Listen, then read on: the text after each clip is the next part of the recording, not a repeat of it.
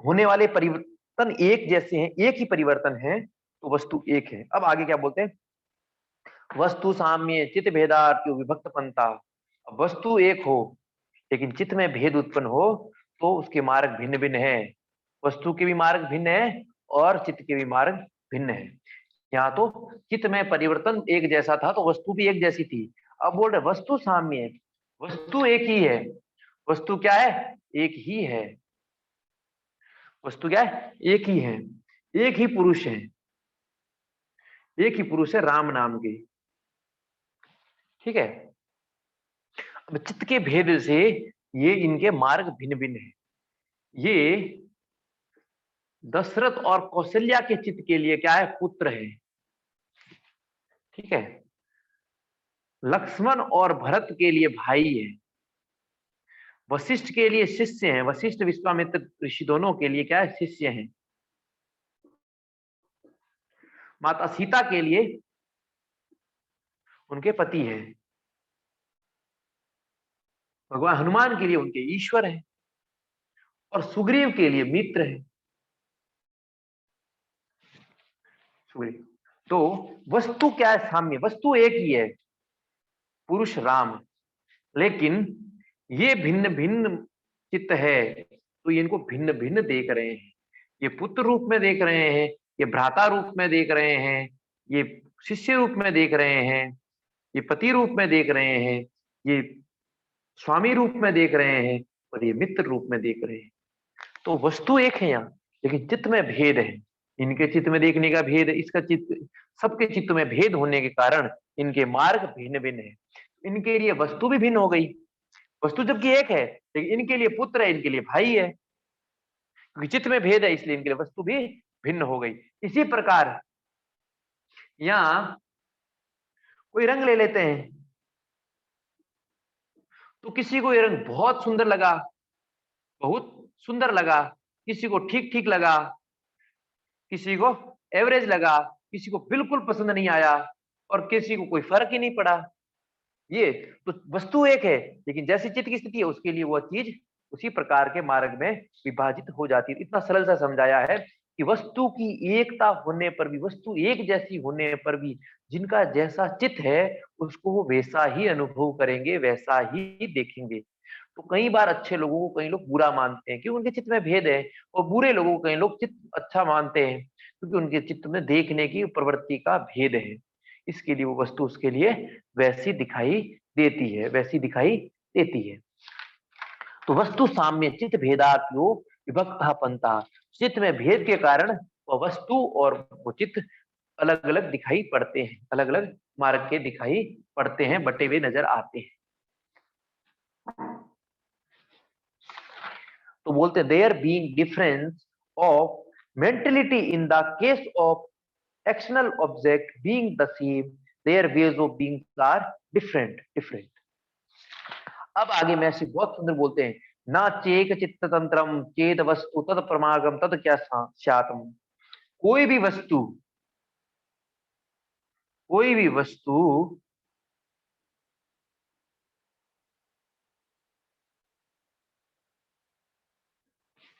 क्या किसी एक चित्त के अधीन नहीं है, किसी एक चित्त के अधीन नहीं है।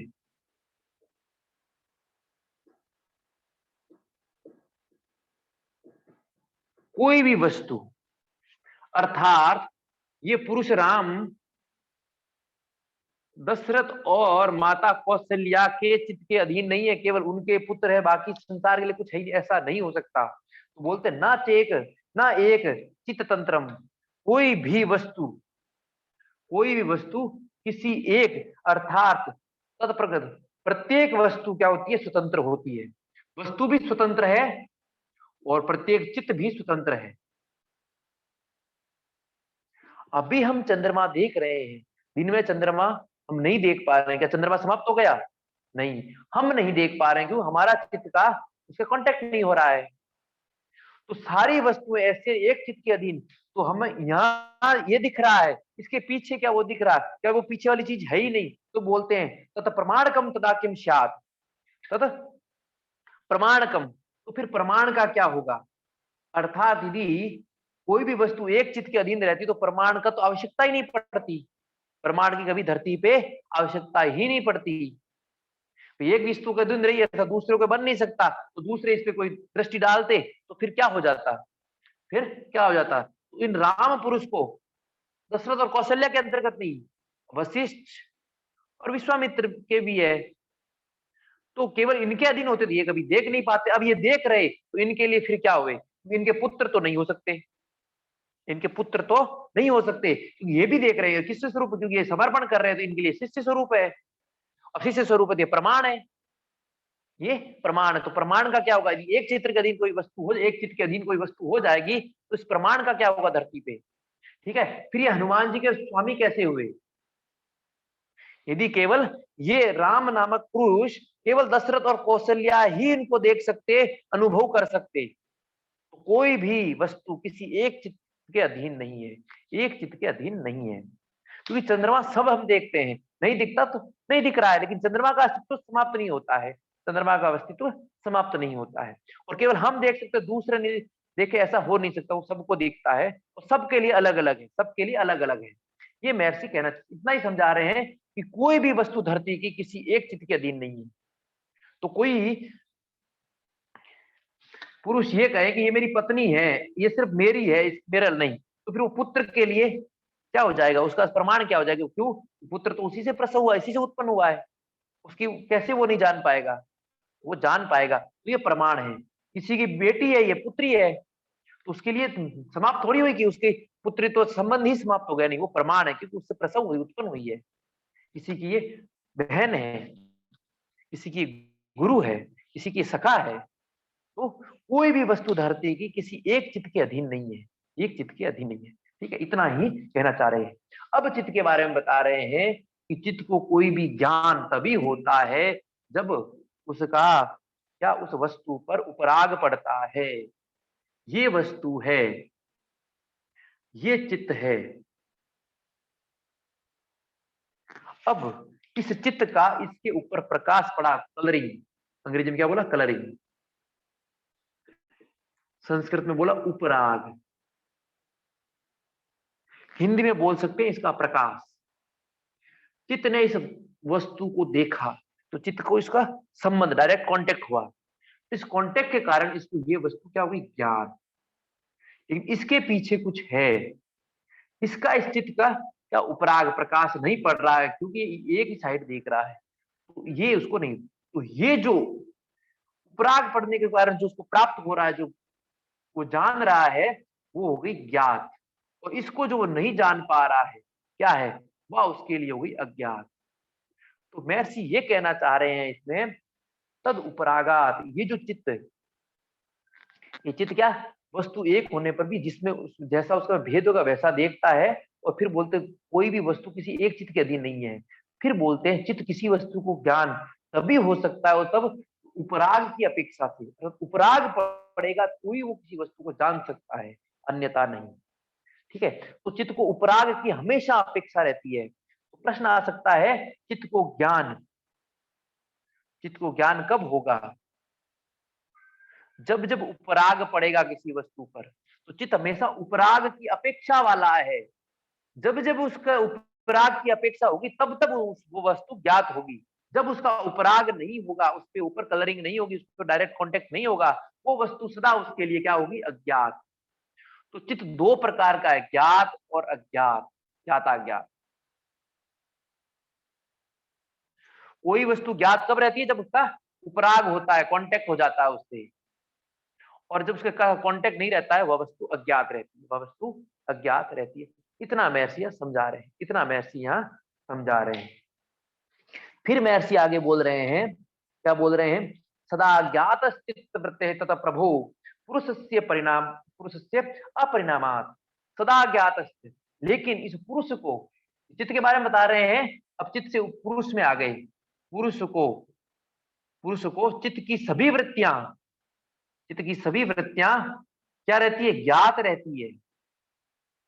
तो पुरुष अर्थात सदा जानने वाला, पुरुष को सब कुछ ज्ञात रहता है, चित्त को सब कुछ ज्ञात नहीं रहता है। चित्त के भीतर दो चीज रहती है, ज्ञात भी अज्ञात। चित्त जानने वाला भी होता है, नहीं जानने वाला भी होता है। लेकिन चित्त के भीतर जितने प्रकार की वृत्तियां हैं उसको जानने वाला कौन है? पुरुष है। अभी हम पढ़ रहे हैं, हमें ज्ञात है, खाते हो तो हमें ज्ञात होता है, हम चोरी कर रहे हो हमें पता चल जाता है, हम किसी की बुराई कर रहे हो हमें पता रहता है हम कुछ कर रहे हैं। तो चित्त को, सॉरी, पुरुष को चित्त की सारी वृत्तियों का ज्ञान रहता है। लेकिन चित्त का उपराग जिससे नहीं हुआ है, चित्त को नहीं पता चलता कि क्या हुआ। जैसे इसके पीछे क्या कलर है, व्हाइट, वो नहीं पता चलेगा। किसी ने हमारे बारे में कुछ कहा और हमें तो पता ही नहीं चलेगा, वो पीछे बोल रहा है हमने सुना नहीं, और हमें किसी ने बताया नहीं तो हमें नहीं पता चल रहा है, नहीं पता चल रहा है। तो चित्त को आवश्यकता उपराग की पड़ेगी ज्ञान के लिए। लेकिन पुरुष को तो चित्त में जो कुछ घटित हो रहा है वो सदा ज्ञात रहता है, क्योंकि अपरिणामी है। और बोला तथा प्रभु, क्योंकि इस पुरुष के प्रभाव प्रकाश से ही इस चित्त को ज्ञान होता है। ये प्रभु, इसका प्रभु भी है, इसका स्वामी है, इस चित्त का क्या है? स्वामी। स्वामी को सब कुछ पता रहता है कि उसके जो सेवक है क्या क्या कर रहा है, क्या क्या कर रहा है। टू इट्स लॉर्ड द पुरुषा, यहाँ स्वामी लॉर्ड प्रभु के लिए लॉर्ड शब्द प्रयोग किया। The Purusha, the modification of the chitta are always known on account of unchangeability, क्योंकि पुरुष क्या? अपरिणामी। पुरुष में कभी कोई परिवर्तन नहीं होता है। पुरुष कभी भी सतरजतम में नहीं होता, वो अपना चिन्मय स्वरूप में रहता है। दृष्टा दृश्य मात्र शुद्धोपि, दृष्टा क्या है? दृश्य, देखने वाला शुद्ध है, शुद्ध है। अब चित्त के लिए फिर एक कंसेप्ट दे रहे हैं। एक तो कंसेप्ट क्या है? चित्त को हमेशा उपराग की आवश्यकता पड़ेगी तभी वो वस्तु को जान पाता है, उपराग नहीं पड़ी तो उसके लिए अज्ञात है। तो चित्त दो धर्मों वाला, ज्ञात और अज्ञात, जबकि पुरुष क्या? एक ही धर्म सदा ज्ञात रहता है। फिर बोल रहे न तत्स्वाभाषम दृश्यत्वात्। अब ये चित्त क्या? इसका स्वाभास, स्वप्रकाश नहीं होता है। चित्त का कोई अपना प्रकाश नहीं है। इस चित्त का क्या? अपना कोई प्रकाश नहीं है, अर्थात स्वप्रकाशित नहीं है, क्योंकि सेवक है। स्वामी का प्रकाश पड़ने पर, प्रतिबिंब आने पर ही ये कुछ कर पाता है, क्योंकि ये दृश्य है। क्या है? तो चित्त को दृश्य कहा है मैस्की ने। चित्त और दृश्य एक ही शब्द है, यहाँ इस सूत्र से प्रतिष्ठित हो रहा है, इस सूत्र से। तो इसको स्मरण रखना है, इसको स्मरण रखना है कि चित्त दृश्य। तो ये सूत्र नंबर 19, केवल लेपाद का सूत्र नंबर 19। तो ये क्या है? जड़ है। क्या है? जड़ है। इसका अपना कोई प्रकाश नहीं है, इसका अपना कोई प्रकाश नहीं है। It is not self illuminating, being the knowable, being the knowable. अब ये चित्त को समझा दिया, चित्त को समझा दिया। चित्त के दो कंसेप्ट, ज्ञात अज्ञात, और ये क्या है? दृश्य है, जड़ है, अपना प्रकाश नहीं है। न च उभय उदाहरणम, न च उभय धारणम। अब अगला कंसेप्ट चित्त के लिए बता रहे हैं। दो कंसेप्ट बताया, तीसरा कंसेप्ट है कि चित्त एक साथ, चित्त एक साथ दो अवधारणा, दो कंसेप्ट नहीं बता सकता, दो अवधारणा, दो कंसेप्ट नहीं बना सकता। एक साथ कोई चित्त दो कंसेप्ट नहीं बना सकता है। ये काला है और ये हरा है, एक साथ एक चित्त दोनों कंसेप्ट नहीं बना सकता। काला, काला के बाद हरा, ठीक है। इसी प्रकार सुख है, तो जो सुख मिल रहा है जिस चीज से, उसी समय उस वस्तु से चित्त को कभी दुख नहीं हो सकता। तो एक साथ दो धारणाएं जीवन में नहीं बन सकती। कहने का मतलब ये, हम किसी को कहें कि ये सत्य भी है और झूठ भी है। मैं कह रहा हूँ हरा है, आप बोल रहे हाँ हरा है, नहीं भी है, तो एक गलत अवधारणा है ही नहीं, सत्य नहीं। हाँ, अब कह सकते ये हरा है, ये सफेद है, ये व्हाइट है। तो एक साथ दो अवधारणाएं नहीं, एक साथ नहीं बनाई जा सकती, नहीं बनाई जा सकती। कोई ये नहीं कह सकता ये पानी है, नहीं है तो फिर नहीं कैसे, और नहीं है तो है नहीं। एक ही हो सकता, दोनों नहीं। इतना मैं ऐसे कह रहा था, एक साथ दो अवधारणाएं नहीं बनना है। एक साथ कोई भी दो अवधारणाएं है और नहीं है, तो ये तो है या नहीं है, एक ही रहेगी, दोनों कतई नहीं रहेगी, दोनों कतई नहीं रहेगी। ये काला है या काला या श्वेत है, दोनों में से एक है, काला है या फिर श्वेत है। काला है भी है, श्वेत भी है, ऐसा नहीं हो सकता है। दो वस्तुएं होंगी, दो भिन्न। एक वस्तु के साथ, एक कंसेप्ट के साथ दो अवधारणाएं चित्त कभी नहीं बना सकता, नहीं बना सकता है। यदि ऐसा बना रहा है तो उसको क्या बोलते हैं, उसके लिए बता रहे हैं। अब चौथा कंसेप्ट इसी तीसरे पे आधारित है।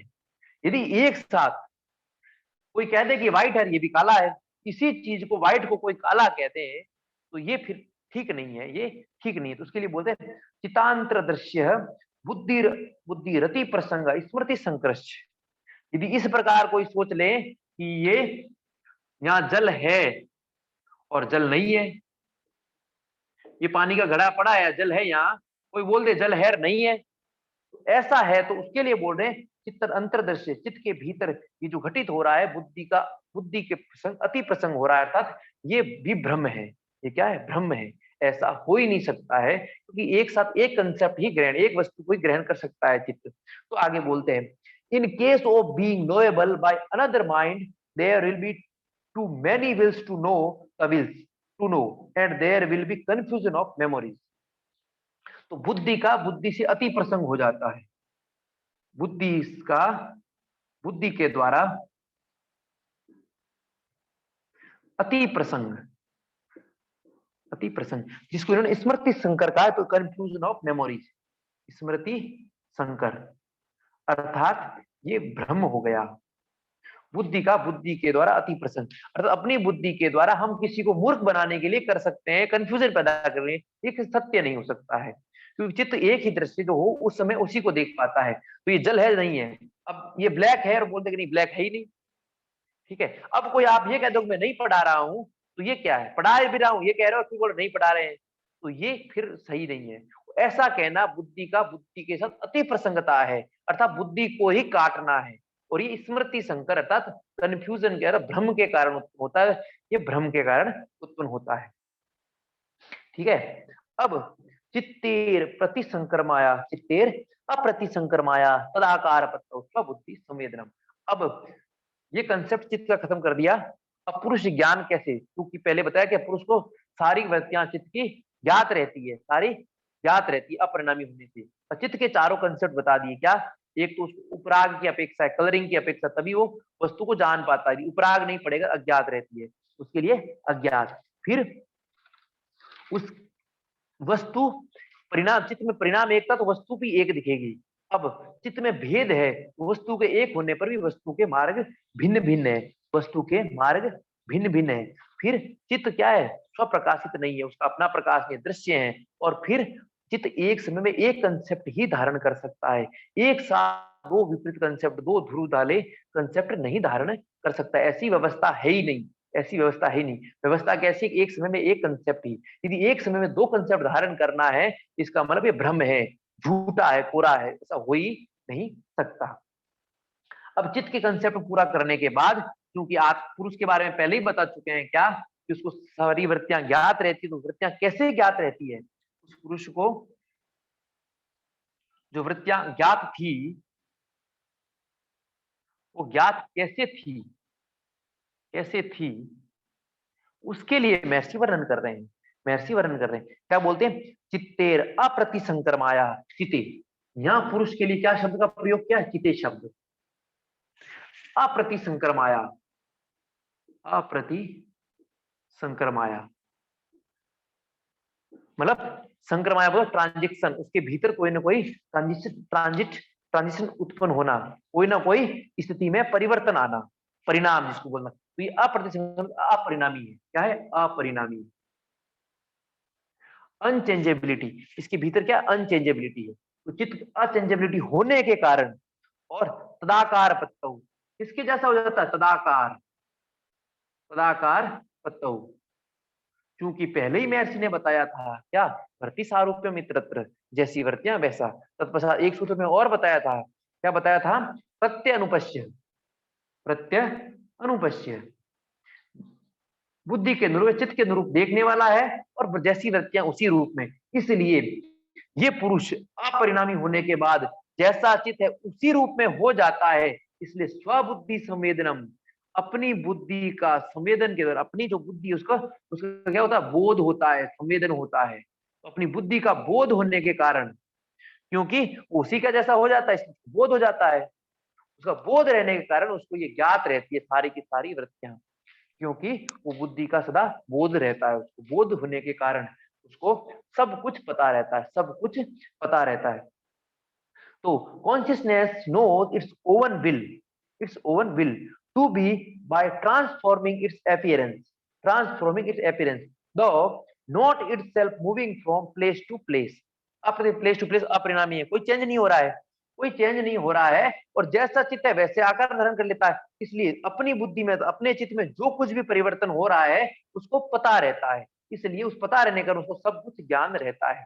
संवेदनम यानी बोध होता रहता है। तो अभी मैं पढ़ा रहा हूँ, मैं बोल रहा हूँ, मैं आपके सामने देख रहा हूँ, मुझे बोध है मैं उधर देख रहा हूँ, उधर देख रहा हूँ, मुझे ये बोध रहता है मैं इधर देख रहा हूँ, क्योंकि मेरी जो आत्मा है, मेरा पुरुष है, वो अप्रतिसंग है, उसमें कुछ घटित नहीं हो रहा है। घटित किसमें हो रहा है? चित्त हो रहा है कि इधर देख रहा है, कभी इधर देख रहा है, कभी इधर देख रहा है। तो ये इसलिए इसको, और ये जैसा चित्त है उसी का आकार ग्रहण कर चुका है, इसलिए इसको सारा संवेदन हो रहा है कंटिन्यू, उसको सारा का सारा संवेदन कंटिन्यूअस चल रहा है।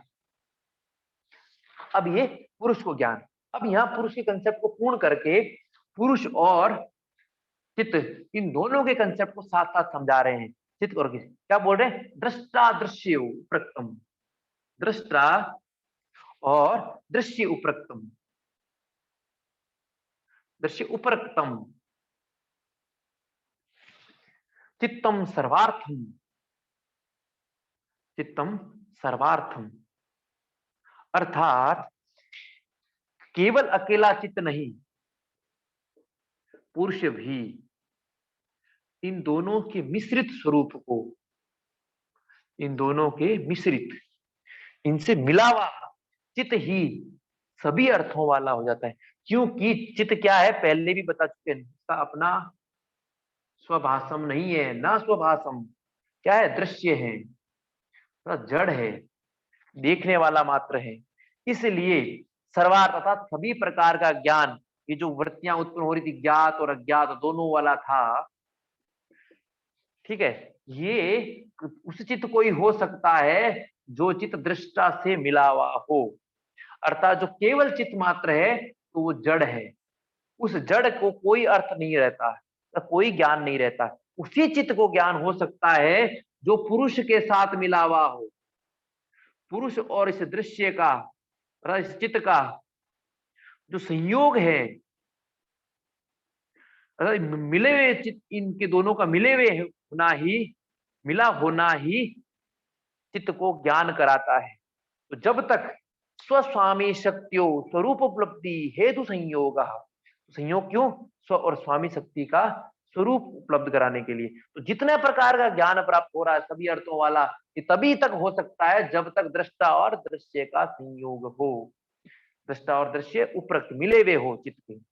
यदि दृष्टा केवल दृष्टा है तो उसको इन सब चीजों का सर्व अर्थ, सभी अर्थ वाला नहीं होता, वो आत्मस्वरूप स्थिति का अलावा उसको कुछ बोध नहीं रहता, उसको कुछ बोध नहीं रहता है, भले कुछ भी हो वहां, भले ही कुछ भी हो। इसी प्रकार जहां दृष्टा नहीं केवल दृश्य है, उसको भी कोई बोध नहीं, दृष्टा चला गया, वो शरीर लाश है, उसके पास कुछ भी करो उससे कोई फर्क नहीं पड़ता, कितना ही काटो चीरो कुछ भी करो, ठीक है। इसी प्रकार जो केवल आत्म स्थिति में हो गया उसके निकट कुछ भी कर दो, उसको कोई बोध नहीं रहता, कोई बोध नहीं रहता है। तो दृष्टा और दृश्य से उपरक्त यानी मिला हुआ, उससे मिश्रित, ये दोनों एक साथ हो तभी चित्त को सभी प्रकार के अर्थों वाला, अर्थात सभी प्रकार का ज्ञान हो जाता है। जो संसारिक व्यापार हमारे जितने कुछ चल रहे हैं, ये दोनों के मिले हैं तभी चल रहे हैं, एक के कारण नहीं हो रहा। इसलिए ये संयोग भी ज्ञान के लिए आवश्यक है, इसीलिए ये संयोग हुआ है।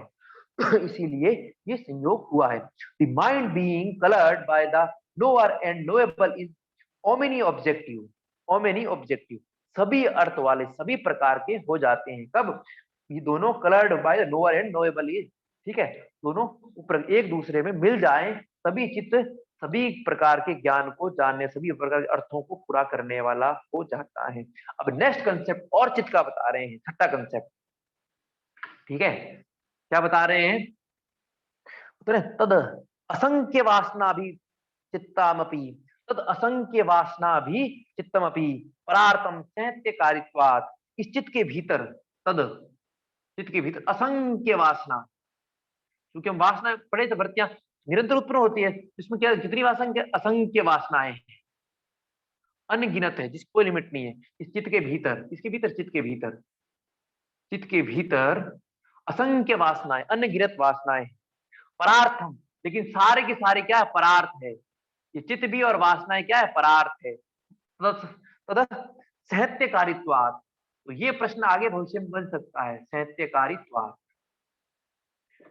ये मैंने शायद पूछे भी होंगे इसमें, ठीक है। तद असंख्य वासनाएं, इस चित्त के भीतर असंख्य वासनाएं, क्यों? सर्वार्थ है, सभी अर्थों में असंख्य वासनाएं रहती है, असंख्य वासना, चित्त के भीतर असंख्य वासनाओं रहने के पश्चात वह चित्त अंत में क्या है, परार्थ है। क्योंकि हम परार्थ शब्द का पहले भी प्रयोग कर चुके हैं। परार्थ स्वार्थ संयमात पुरुष ज्ञानम, तो स्वार्थ संयम, तो ये परार्थ है। ये चित्त और वासनाएं दोनों क्या है, परार्थ है। चित्त और वासनाएं परार्थ है, अर्थात किसके लिए, दूसरे कर लिए। क्योंकि चित्त का काम ही भोग वर्ग है, परार्थ अर्थात पुरुष के लिए, इनका अर्थ किसके लिए, पुरुष के लिए। सहत्यकारित्वात्, ये चित्त सहत्यकारी है, अर्थात मिलजुल कर कार्य करने वाला है। मिलजुल कर वस्तुओं से, अनेक वस्तुओं से तो मिला जुला है और मिलजुल कर कार्य करता है।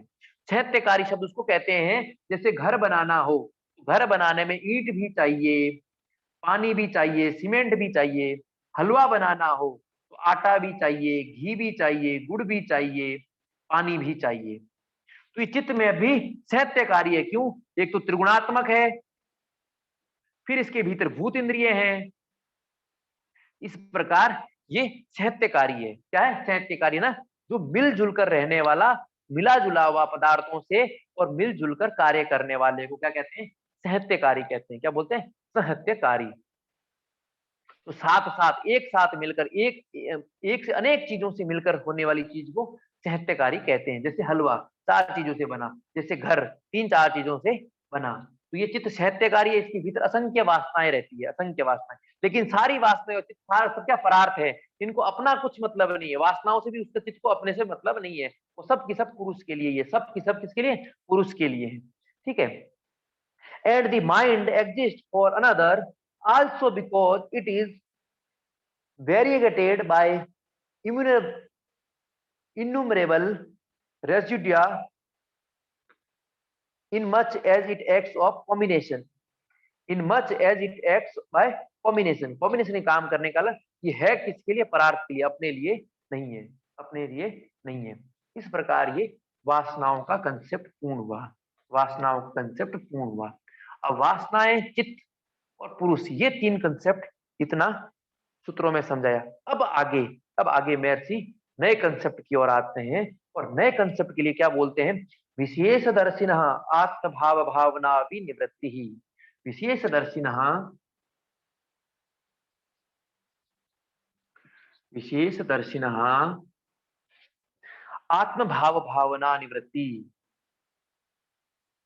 आत्मभाव भावना विनिवृत्ति। विशेष दर्शन अर्थात विशेष दर्शन करने वाला, यहाँ किसी व्यक्ति को बोला, तो जो विवेक ज्ञानी हो जाता है, जो विवेक ज्ञानी, उसके लिए बोला है। विवेक ज्ञानी क्या, भावना, आत्मभाव की भावना क्या हो जाती है, निवृत्त हो जाती है, अर्थात विवेक ज्ञानी आत्मभाव की भावना से मुक्त हो जाता है। विवेक ज्ञान हो चुका है, तो विवेक ज्ञान किसको होता है, पुरुष, और जिसको चित्त का भेद का ज्ञान हो गया। ठीक है, तो जिसको ये ज्ञान है उसको मैं आत्मभाव, अर्थात मैं कौन हूं, मैं क्या हूं, प्रत्येक जीव को रहता है, मेरा लक्ष्य क्या है। तो ये भाव की भावना निवृत्त किससे हो जाती है, विवेक ज्ञानी को, जो ये भेद जान लेता है। इस आत्म भाव की भावना का कंसेप्ट ही महर्षि रमन का कंसेप्ट था, कि मैं कौन हूं, इसको जान लो, पर्याप्त है। तो उनने जो साधना बताई आत्म भाव की भावना की, जिसका वर्णन योग सूत्र में है। उनकी पूरी साधना ही आत्म भाव पर थी, मैं कौन हूं, मैं क्या हूं, हु एम आई। तो इस भाव की भावना निवृत्ति किसकी होती है, विवेक ज्ञानी, जो विशेष दर्शन प्राप्त कर चुका, जो विवेक ज्ञान को प्राप्त कर चुका है, जो विवेक ज्ञान को प्राप्त कर चुका है, सत्य यथार्थ ज्ञान, यथार्थ ज्ञान उसको बोध हो जाता है, मैं पुरुष हूं, ये सब त्रिगुण का व्यापार चल रहा है। इसको, उसको आत्म भावना की आत्म भाव की भावना से मुक्ति मिल जाती है, निवृत्ति मिल जाती है। For the seer of the distinction ceases the curiosity as the nature and relation of the self, nature and relation of the self. तो मैं कौन हूं, मेरा क्या है, सब इस सब की क्यूरियोसिटी पूर्ण हो जाती है जब उसको क्या, डिस्टिंक्शन कीजेस, अर्थात विशेष दर्शन, विवेक ज्ञान हो जाता है। विवेक ज्ञान को जो प्राप्त कर लेना योगी कोई, अपने आप को जानने की, सेल्फ को जानने की जो भी है, वो भावनाओं से मुक्ति मिल जाती है, ये महर्षि कह रहे हैं। अब इस मुक्ति के बाद महर्षि बड़ा सुंदर बोल रहे हैं, तदा विवेक निम्नम केवल्य प्राग भारम चित्तम। ये ऐसी स्थिति आ जाएगी, तब चित्त का क्या होगा, उसके लिए महर्षि बोलते हैं उस समय, तदा, कब, जब वो आत्म भाव की भावना, अर्थात मैं कौन हूं, इस भावना से मुक्त हो गया है, निवृत्त हो गया है, क्योंकि उसने विवेक ज्ञान प्राप्त कर लिया, वो जान चुका है कि वो कौन है, जान चुका है। तब उस समय चित्त क्या हो जाता है, विवेक निम्नम, विवेक निम्नम, निम्नम यानी नीचे की ओर झुका हुआ, झुकना, तो वो विवेक वाला हो जाता है। जैसे जल हमेशा निम्न की ओर बहता है, इसी प्रकार ये चित्त विवेक की ओर बह रहा है, निरंतर किधर बह रहा है, विवेक की ओर। और जो चित्त निरंतर विवेक की ओर हो जाता है, वो केवल्य की ओर, पूर्ण विवेक ज्ञान ही केवल्य है, पूर्ण विवेक ज्ञान ही क्या है, केवल्य है। तो केवल्य प्राग भारम, अर्थात उसके ऊपर क्या आ जाता है, केवल्य आ जाता है, केवल्य प्राग भारम, अर्थात किसी के ऊपर भार रख दिया, तो उसके ऊपर कौन सा भार आता है, केवल्य रूपी भार आ जाता है, अर्थात उस वो केवल्य की ओर अभिमुख हो जाता है। विवेक निम्नम केवल्य प्राग भारम, केवल्य की ओर जाने वाला हो जाता है। संप्रज्ञात मिल जाती तो असंप्रज्ञात का होता है। इसी प्रकार जब आत्म भाव की भावना निवृत्त हो जाती है, वो विवेक निम्नता से उसके ऊपर वो विवेक की ओर ही बहने लगता है, विवेक ज्ञान की ओर ही बहने लगता है। अब जब वो विवेक ज्ञान की ओर बह रहा है, तो उसके सामने केवल्य धीरे धीरे प्रकट होता जाता है, अर्थात पूर्ण दुखों से मुक्ति आ जाती है उसकी। तो ये अवस्था आती है चित्त के भीतर, कब आती है, जब उसकी आत्म भाव की भावना से वो मुक्त हो जाता है, तब फ्री हो जाता है कि मैं कौन हूं, ये सब जान लेता है। तो then the mind inclines towards discrimination and gravities towards absolute independence, absolute independence यानी केवल्य, केवल्य की ओर चलने लग जाता है, केवल्य प्रागभारम चित हो जाता है। अब आगे बोल रहे इस अवस्था के बाद भी महर्षि बोलते हैं छिद्र आ सकते हैं, अभी भी पूर्ण केवल्य नहीं है।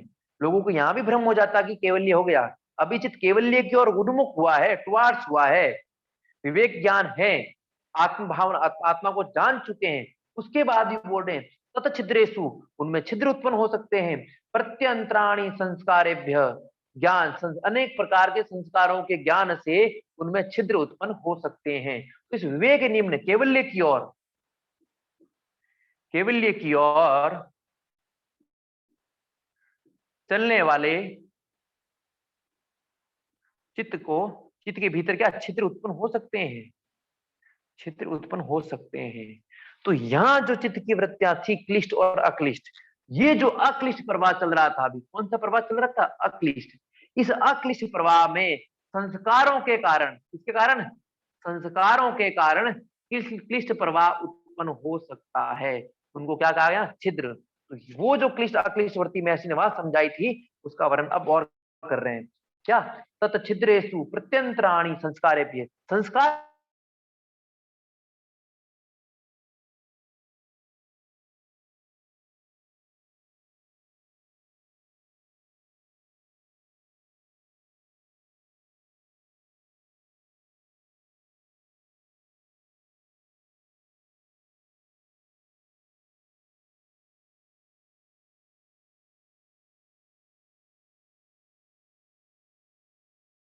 क्लिष्ट छिद्र हो गए, अक्लिष्ट